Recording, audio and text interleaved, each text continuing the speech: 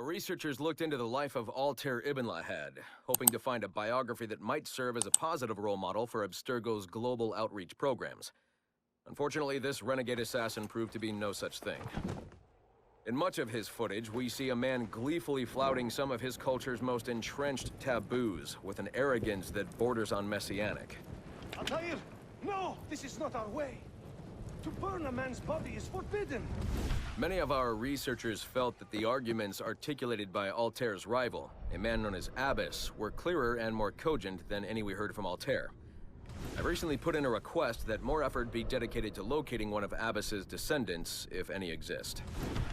It's clear to us that Altair's transgressions were the primary motivation behind the ultimate dissolution of his despicable order by the middle of the 13th century. We therefore strongly recommend a pass on this property, in favor of a more agreeable and inspiring figure from this era. Our initial reports gave us hope that Enzio Auditore would serve as an ideal candidate for future Abstergo projects. His charisma, sexual magnetism, and wry humor gave him all the qualities of a leading man. However, his corruption by the Assassin Order robbed him of these qualities as he fell deeper and deeper into a spiral of revenge. Enzio was frequently known to articulate a passive acceptance of evil. He was also a man of ugly contradictions, one who preached free thought, yet traveled well beyond his home country to proselytize his corrupted creed, just as he's doing here with this impressionable Chinese girl. Notice, too, that in his gestures and bearing there is still something of the old lecher in him. Enzio's entire personality is built around pure demagoguery, claiming his philosophy is about love when violence and coercion are his primary means of tackling problems. We have therefore come to the conclusion that Enzio Auditore da Firenze would be a risky character to develop.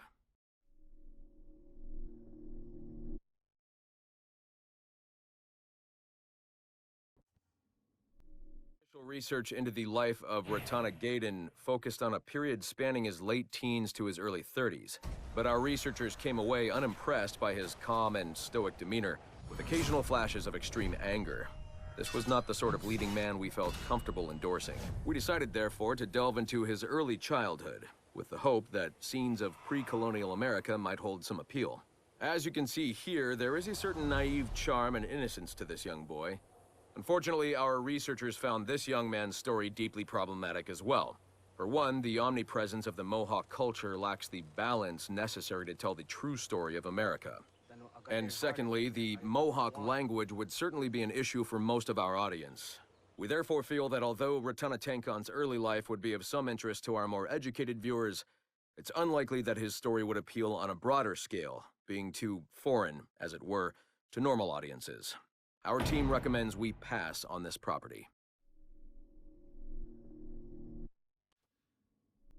Initial reports on Aveline de Grand Prix led us to believe she would be too controversial and impulsive to appeal to a wide audience. Teenage memories show her brainwashed and trained to kill political foes of her highly unstable mentor, Agate. Additionally, Aveline spent a disappointing amount of time in the Louisiana Bayou, consorting with smugglers of the lowest kind. Oh, I try never to think. Which we felt risked her appeal to our female audience, which is now approaching 50%. However, as Aveline matured, a new side emerged. A well-mannered and considerate lady of poise and compassion. Aveline came to embrace a new mentor, her stepmother, Madeleine de Lisle, a tireless fighter for the rights of slaves. Thank you, Madeleine. With some editing to prioritize this relationship, we feel Aveline's story will more than meet our needs. Our team recommends a go on this property. Get this one to market quickly.